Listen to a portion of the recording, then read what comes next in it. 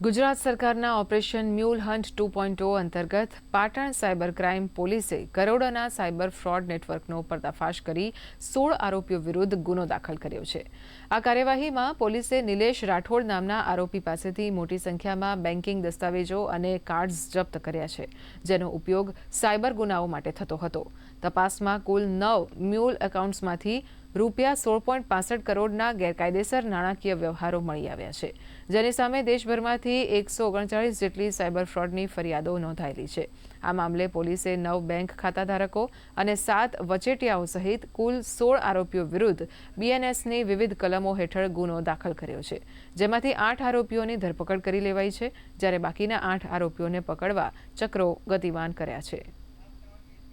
cyber crime police station પાટણને સમન્વય portal અને national cyber crime reporting portal છે, એના અંતર્ગત ટોટલ 139 અલગ અલગ સાયબર ફ્રોડની ફરિયાદો આવી,